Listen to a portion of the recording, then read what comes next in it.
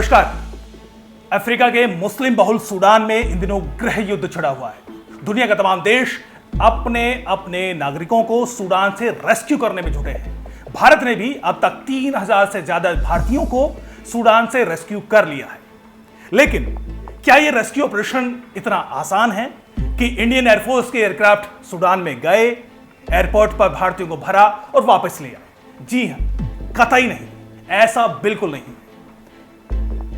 भारत द्वारा जो rescue operation चलाया जा रहा है वो कितना खतरनाक है, इसमें इंडियन एयरफोर्स के जो ऑफिसर्स हैं, जो पायलट हैं, वो किस तरह अपनी जान जोखिम में डालकर भारतीयों को बचा रहे हैं, उसकी एक जीता जागता उदाहरण 27 से 28 अप्रैल की मध्य रात्रि को देखने को मिला, जब सूडान की राजधानी खार्तूम से 40 किलोमीटर नॉर्थ एक एयर स्ट्रिप है जिसका नाम है वादी सैयदना एयरपोर्ट। हिस्टोरिक एयरपोर्ट है लेकिन दिनों डिग्रेडेड अवस्था में है, यानी टूटी फूटी अवस्था में है, ऑपरेशनल कतई नहीं है। इस वादी सैयदना एयरपोर्ट पर 121 भारतीय फंसे हुए थे।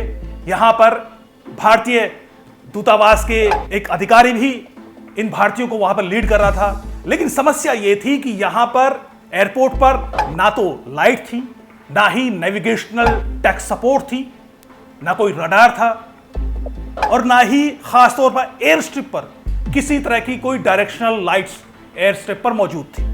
ऊपर से जो एयर स्ट्रिप थी वो भी नॉन ऑपरेशन हालत में थी, यानी वो खस्ता हालत में थी। कोई टेक सपोर्ट नहीं था, अंधेरा तो था ही। ऊपर से सबसे बड़ा खतरा यह था कि इस इलाके में रेबल फोर्सेस यानी आरएसएफ लगातार सक्रिय था। वो लगातार यहां होने वाले ऑपरेशंस को गोलीबारी का निशाना बना रहे थे। इससे पहले टर्किश एयरलाइन का एक एयरक्राफ्ट जो कि रेस्क्यू ऑपरेशन में लगा हुआ था, उस पर ऐसी ही गोलीबारी हुई थी।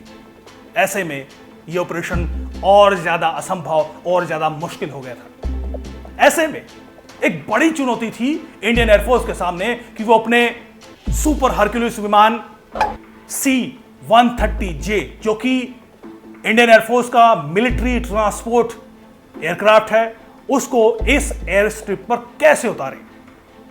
ना कोई रडार नेविगेशनल सपोर्ट है, खूब अंधेरा है, ना कोई एयर स्ट्रिप पर लाइट्स हैं, किसी तरह की कोई सपोर्ट नहीं। और सबसे बड़ा खतरा, चूंकि खूब अंधेरा है तो ऐसे में एयर स्ट्रिप पर कुछ ना कुछ ऑब्स्ट्रक्शन हो सकता है। संभव है इससे एक बड़ा हादसा हो सकता था। लेकिन 121 भारतीयों को बचाना था, जिसमें बीमार बुजुर्ग भी थे, प्रेग्नेंट महिला भी थी और बच्चे भी। उनको कैसे बचाया जाता? आखिरकार इंडियन एयरफोर्स ने साहस और युक्ति का सहारा लिया। इंडियन एयरफोर्स ने हवाई पट्टी पर इलेक्ट्रो ऑप्टिकल इंफ्रारेड सेंसर्स का सहारा लिया, जिससे देखा कि एयर स्ट्रिप क्लियर है। लेकिन क्लियर होने के बाद एयरक्राफ्ट कैसे उतारा जाए, इसके लिए इंडियन एयरफोर्स के पायलट्स ने नाइट विजन गॉगल्स का सहारा लिया, यानी एक ऐसे उपकरण जिसमें आप अंधेरे में भी रात में देख सकते हैं। आप सब इससे वाकिफ होंगे। पायलट्स ने इन नाइट विजन गॉगल्स को पहना और बड़े साहस के साथ इस एयर स्ट्रिप पर अपना सुपर हरक्यूलिस जो मिलिट्री एयरक्राफ्ट है C-130J, उसको एयर स्ट्रिप पर उतारा। वहां पर जो दूतावास का स्टाफ था, जो मिलिट्री अटैचे जो दूतावास के थे, जो लीड कर रहे थे 121 लोगों के इस दल को, वो पहले से तैयार थे। एयरक्राफ्ट से 8 सुपर गरुड़ कमांडो उतरे।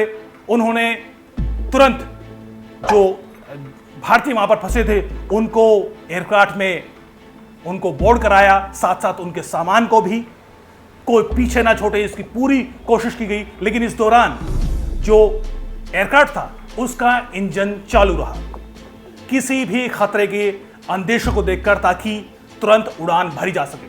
क्योंकि इससे पहले इसी एयरपोर्ट पर टर्किश एयरक्राफ्ट पर, जो कि रेस्क्यू ऑपरेशन में ही था, उस पर जो रेबल फोर्सेस थी सूडान में, उन्होंने गोलीबारी की थी। यानी रात में भी गोलीबारी का लगातार खतरा बना हुआ था। लिहाजा पायलट्स ने इस एयरक्राफ्ट को चालू रखा। आनन फानन में तमाम भारतीयों को एयरक्राफ्ट में बोर्ड कराया गया, उनके सामान को रखा गया और वहां से अंधेरे में ही इंडियन एयरफोर्स के पायलट्स ने इस विमान को टेक ऑफ कर लिया। यहां से ये एयरक्राफ्ट जेद्दा पहुंचा।